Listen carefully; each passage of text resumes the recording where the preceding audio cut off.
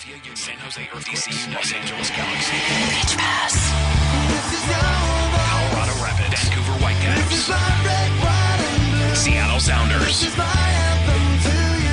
Montreal Impact, Plus USA, New York Red Bulls. Pitch Pass, your all-access credential to the people that matter in MLS. Here's your host, Greg Roach. Do yourself a favor, keep an eye on pitchpass.com for the next week. We're putting together something interesting that we will talk about with our second guest. In the meantime, make sure you're following us on Twitter at pitchpass. Oh, hi, by the way. I know, we're just jumping in and we're all business.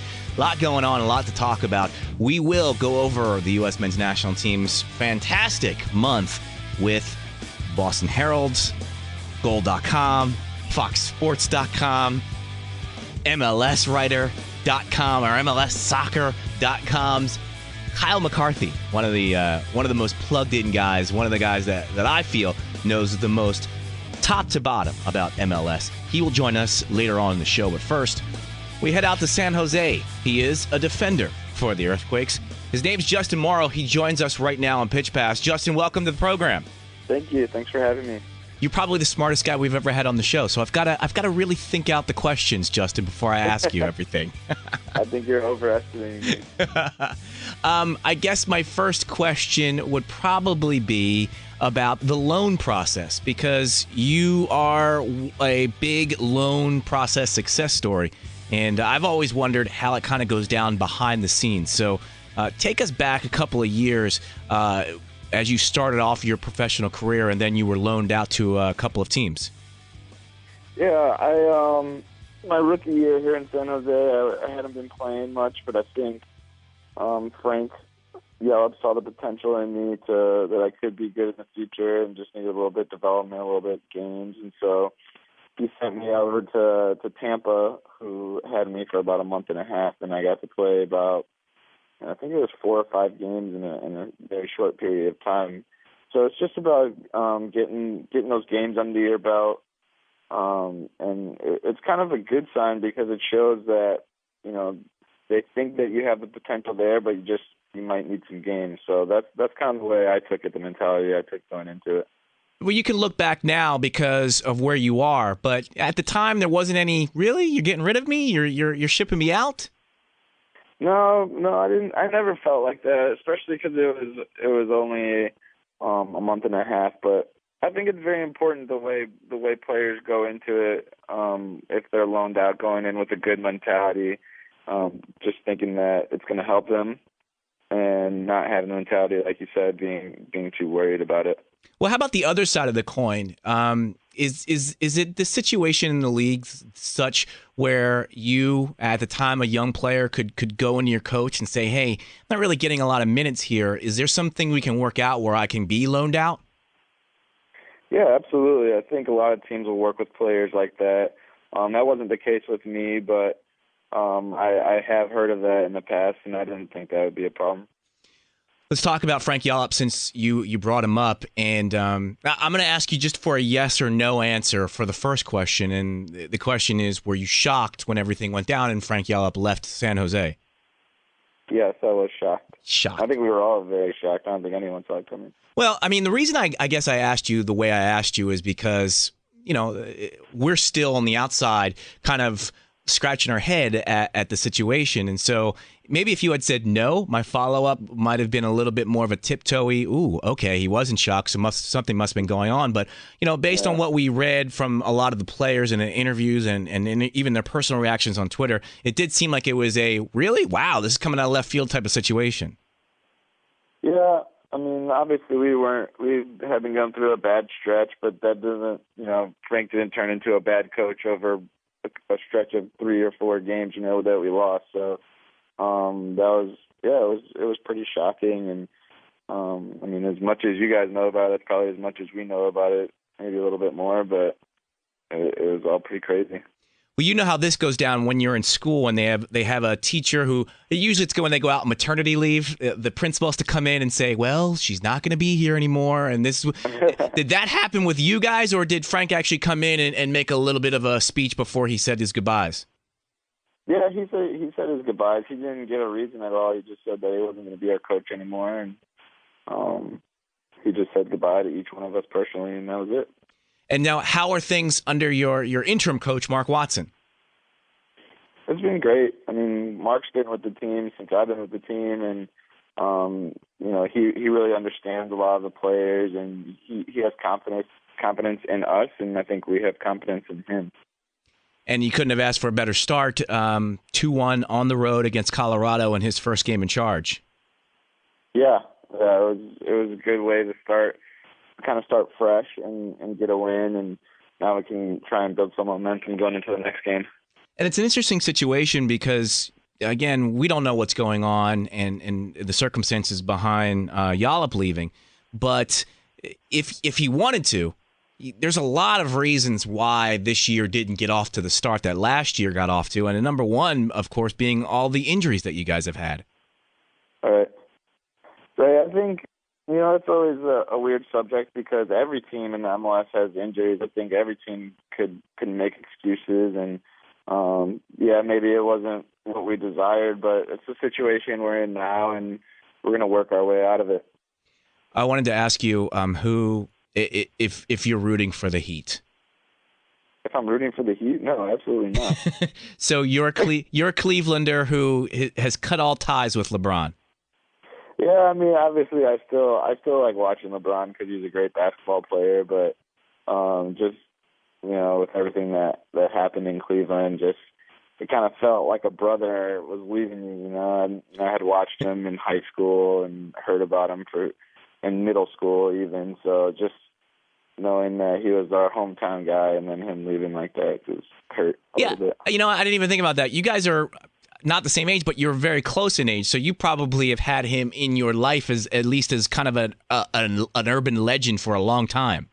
Yeah, exactly. I think that's what people don't understand when they don't understand like how it hurts. I think it's exactly that. I mean, I was reading about this guy listening to it on the news, reading about him when he was literally in middle school. So yeah, just like you said, he was. I had heard about him for a very long time. So yeah, it hurt.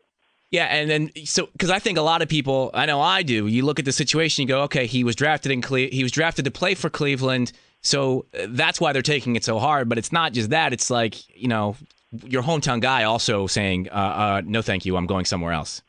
Yeah, exactly. So are you not? So you're not rooting for the Heat? We can put that on record. Yes, I'll put that on record. I wanted to ask you about your time in the national team camp because basically 18 months ago. You were not a full-time starter for your team, and the next thing you know, you're trotting out representing your country. How big of a whirlwind was that for you, and how awesome was it to line up against Canada and representing the United States? Yeah, it was pretty incredible, just the way everything happened. But I just kept on trying to take it one step at a time, not get too far in front of myself. And I was happy with the way I handled everything, and I was so proud and honored to be able to be in that camp and do well and get a start, like you said, get a cap.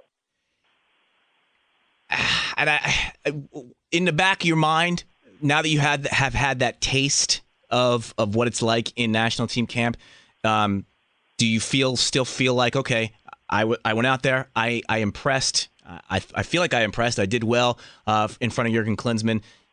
My door for 2014 is not closed yet as far as representing the United States at the World Cup. I still feel like that a little bit. I know there's huge competition going on with any of the defenders in the national team camp right now, and there's a bunch of left backs who are doing well. So I just go out and try and compete every day, and I know that if I'm doing that and I'm giving it my all, I can't regret anything. How much of your success do you attribute to the cutting of the dreads? A lot of success, actually. I think that was the number one success. It's weird. I am a former long-haired myself, and okay. I probably maybe 2 or 3 months before I cut my hair was over the hair, and I was like, I definitely want to cut it. But then when you get those scissors up there, it's like, no. Actually, I'm going to wait. Was it like that for you?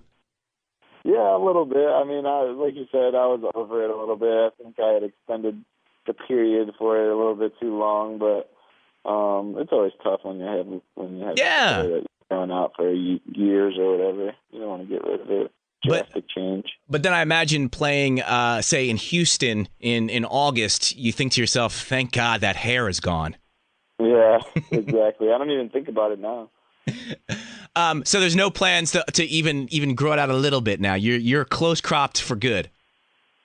Yeah, I wouldn't say for good. I mean, when I'm a soccer player, I'll always change it up at some point. But for right now, I'm good with the short hair. Well, Justin, thank you very much for checking in. You guys have DC United this weekend, so I mean, I guess this is a good time maybe to start getting the ball rolling and start picking up some of those points that you dropped earlier in the season. Yeah, I mean, it was our first road win this past weekend, and so we're not getting ahead of this next game. You know, DC's a tough opponent. They're going to come in scrapping and clawing for everything. So we have to understand that we've only had one win on the road, and go and try and get some momentum and do it again. Appreciate you taking the time, Justin. Thank you very much. Thank you. It's Justin Morrow of San Jose Earthquakes. And we talked a little bit about U.S. men's national team and his time in the national team during the January camp. But let's actually focus on this past June and everything that it meant for the national team and their quest to make it to Brazil. To do that, we bring in the Boston Herald's Golds.com, just a jack of all trades as far as writing is concerned. The great Kyle McCarthy joins us now. Kyle, how are you, sir? Hey, how you doing, man? Well, Kyle, we just had Justin Morrow on, so I did tease we were going to talk a little national team stuff, but since we were just talking about San Jose Earthquakes, I wanted to get your vibe on this Frank Yallop situation because it's pretty puzzling if you're just kind of looking at the situation as an outside observer. Yeah, if you look at it just from how things unfolded, San Jose won the Supporters' Shield last season, and Frank Yallop is out of a job halfway through the next season. And that sort of stuff doesn't happen in MLS very often. Clubs exhibit a lot of patience with their coaches, and they tend to stick around for a while. And obviously Yallop had a great run with the Earthquakes, but the fact that those two parties decided to part ways is a bit surprising. And the part ways thing is what is the confusing part, because if it was fired, you could say, all right, he's fired. If it was resigned, you could say, all right, resigned. But the part ways thing leaves it so ambiguous. And, you know, I asked Justin if he was shocked at Yallop leaving, and he said, yes, I was. So it wasn't even a situation where the players were maybe kind of starting to grumble that there was a problem. This came out of left field.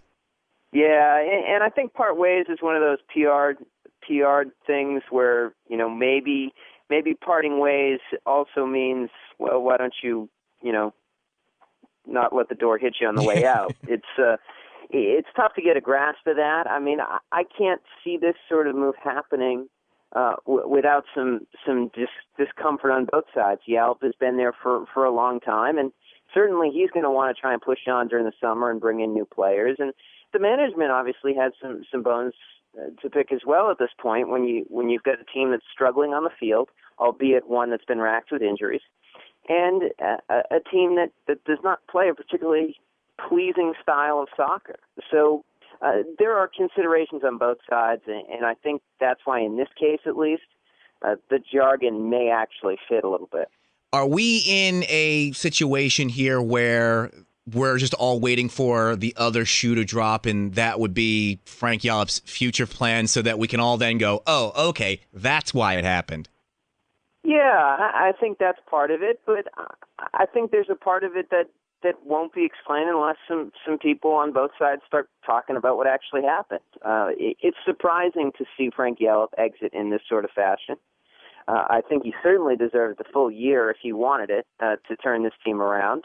And how that whole thing unfolded, I think, is going to be something that those parties are going to have to shed some light on in the future. Yeah, and you brought it up that this doesn't really happen that often in MLS, and I think one of the reasons is teams are loath to pay a coach for not coaching the team, and that's why the parted ways, again, brings up that ambiguousness where it's like, okay, well, are they still going to pay him, or what's going on here? And, you know, like we were just saying, this is going to be something where I kind of want to see what happens next, because there is another shoe to drop.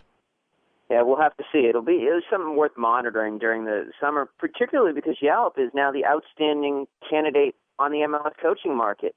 Does this move prompt another ownership group to maybe make a move with its own manager and try and bring Frank Yallop in at some point during the summer? that's a question worth watching. Now, let's get it back into MLS in just a minute. I do want to ask you, since it's all fresh in our minds, about the recent run of games for the U.S. men's national team, culminating, at least for the June qualifiers, with the 1-0 victory over Honduras in Utah, or at Rio Tinto.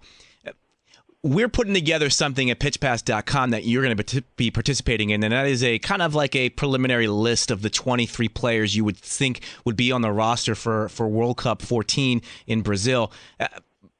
As I'm starting to put my list together in my head, Kyle, I'm thinking to myself, there's no chance that any of the Germans get left off. And that's for better or for worse. And you know where I'm leading up to with that question, which is the Jeff Cameron versus Jermaine Jones situation. And again, how it played out yesterday.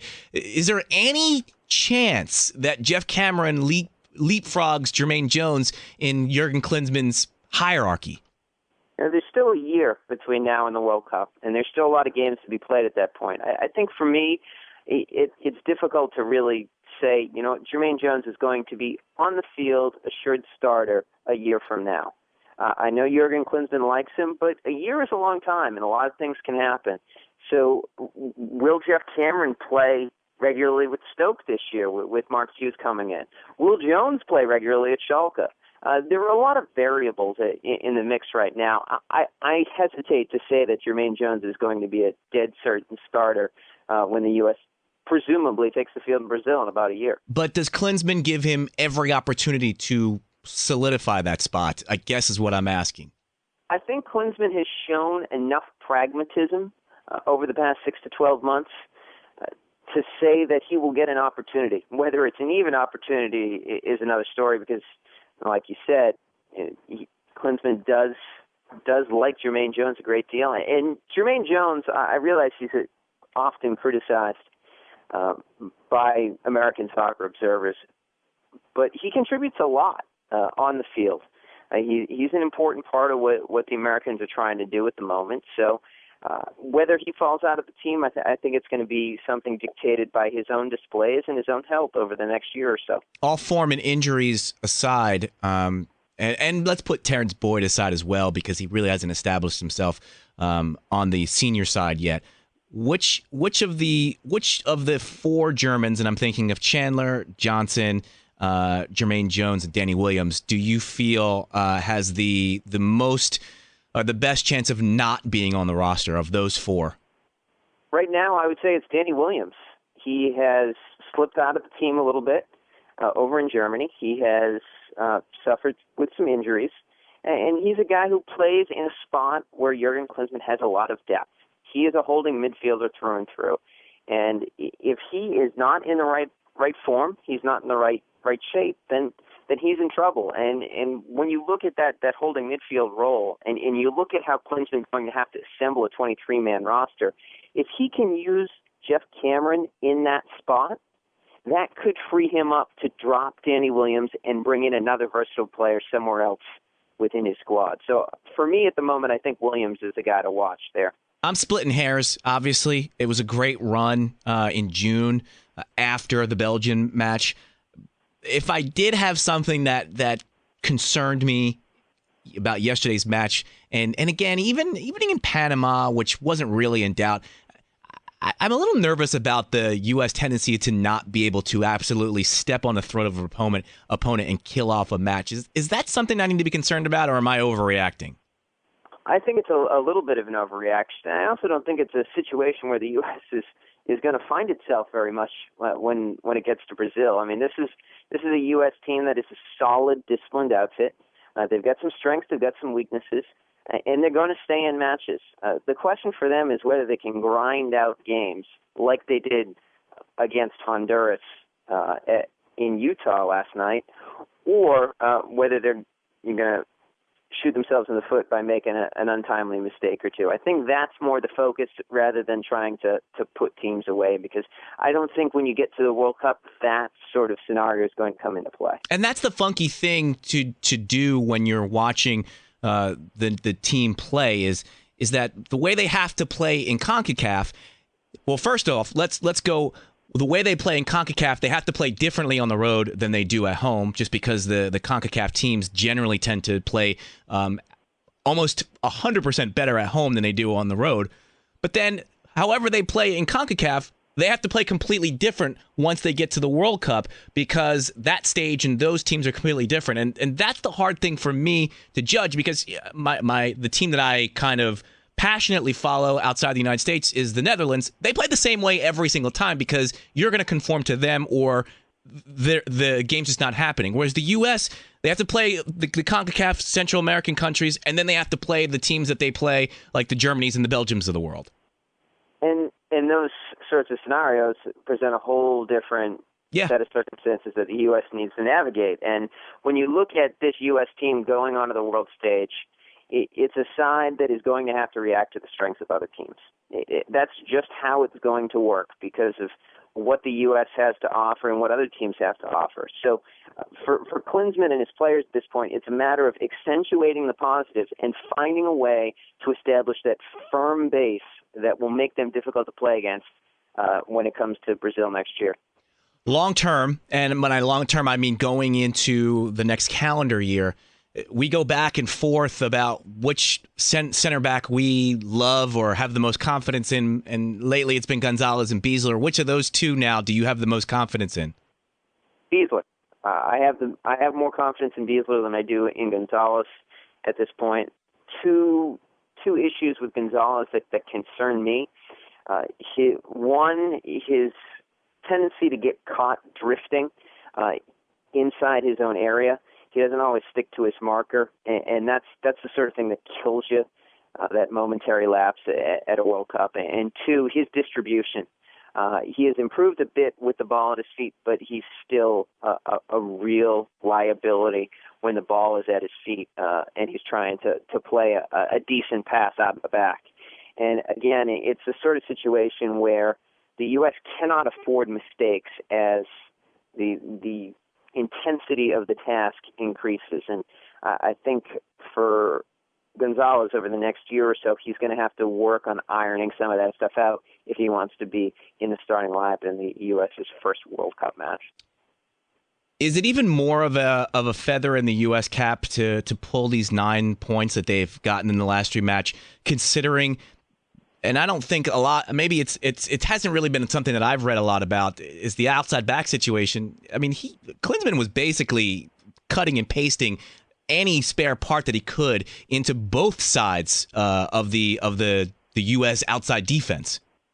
Yeah, and I think it is something that has kind of fallen a little bit below the radar. And Klinsmann has done a nice job of turning to versatile players, DeMarcus Beasley, Brad Evans, obviously, in this instance, to fill the void at fullback.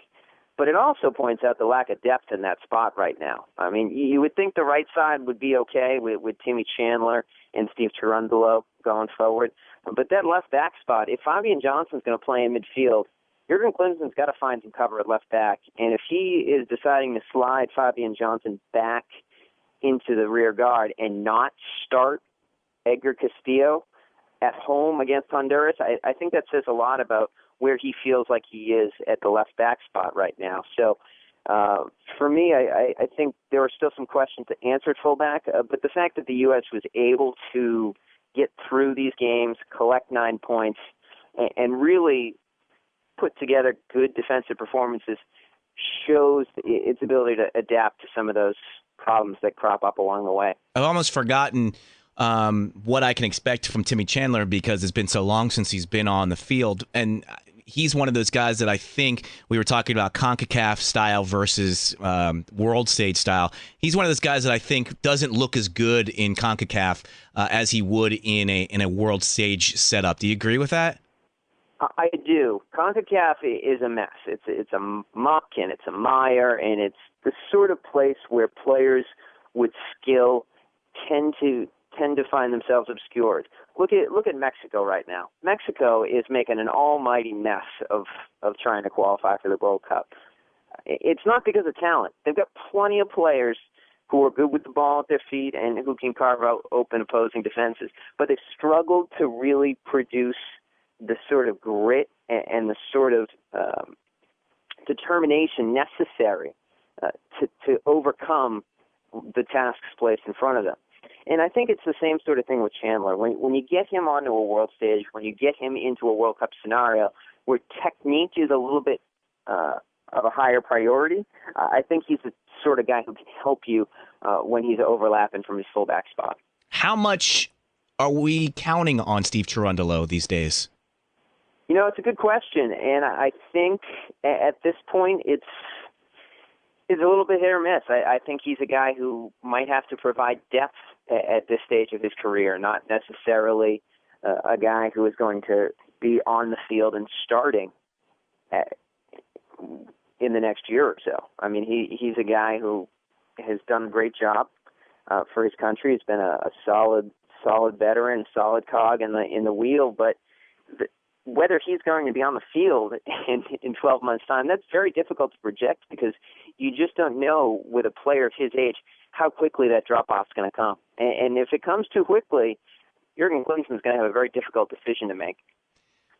Last thing on the national team before we go back into MLS, if you take, like I said, form and injuries and put them aside, is the biggest storyline now for the rest of the summer outside of Gold Cup and which one of those guys may raise their hands as being wanting to play on the A team for the national team? Is it Jozy Altidore's transfer situation and him finding the right setup to continue growing and maturing as a player?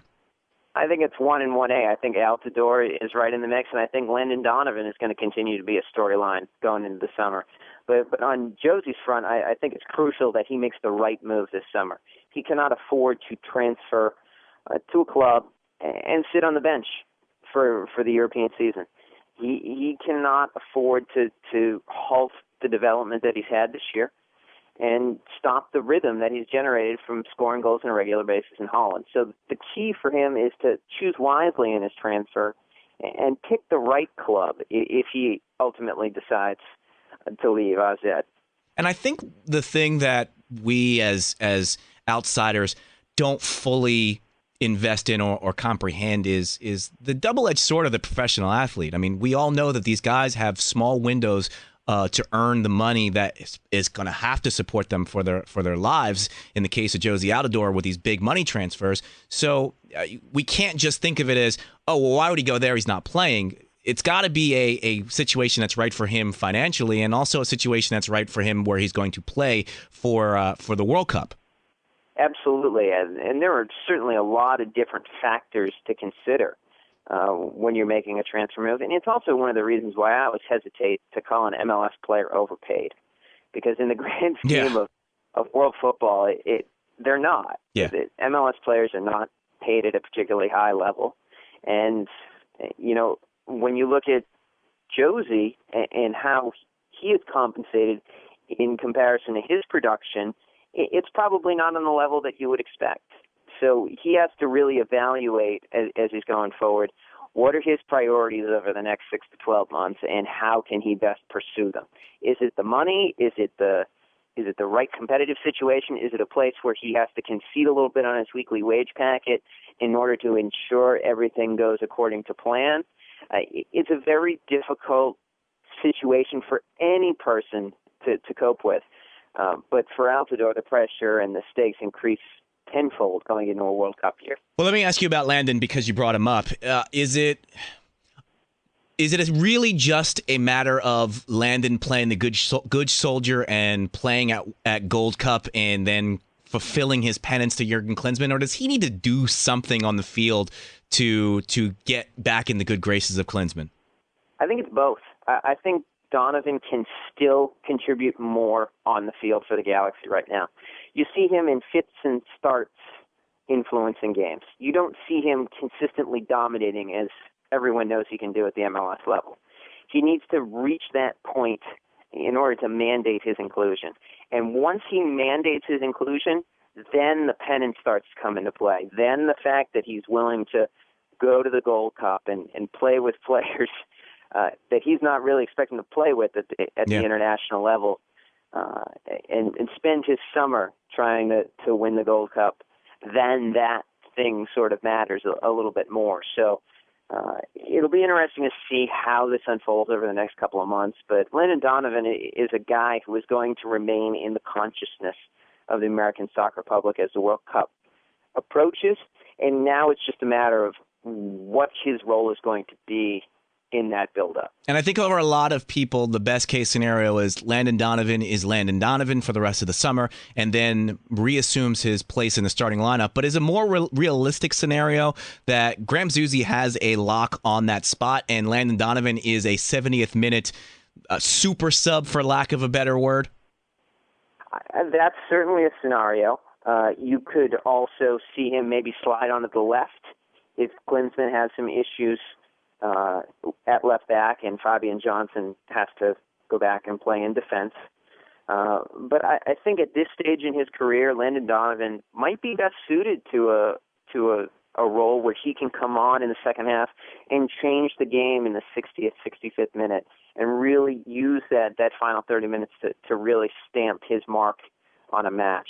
It's going to be a situation that will evolve over the next six to 12 months as Donovan finds his footing and Klinsmann weighs how exactly he wants to use him.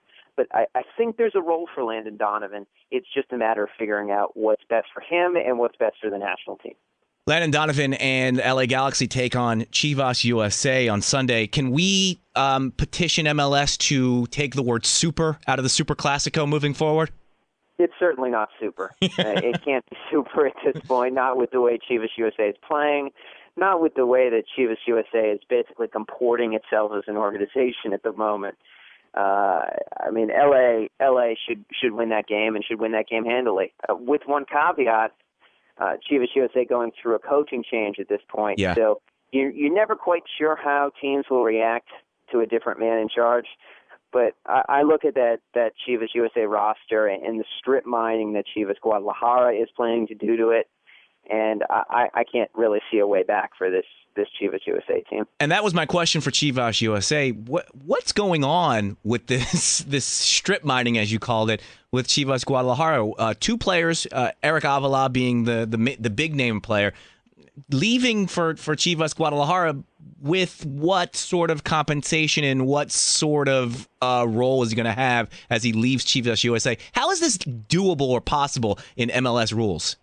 MLS-centric people tend to forget that Chivas Guadalajara rules the roost in that organization. Chivas USA is great. It's nice. It helps out in America, I guess, when everything's going well. But everything in the Chivas organization is centered on making the Guadalajara team better.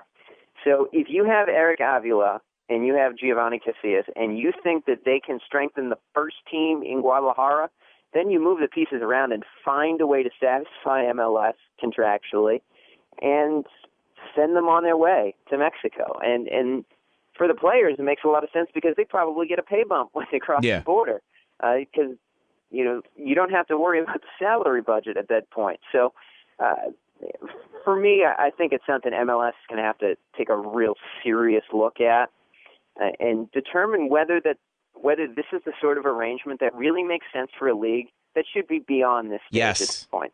Yes, and to me, as an MLS-centric guy, an MLS snob, that's what bothers me the most is, you know what, this isn't 1998 or 1999 where you're just happy to have a big club like Chivas a part of this league.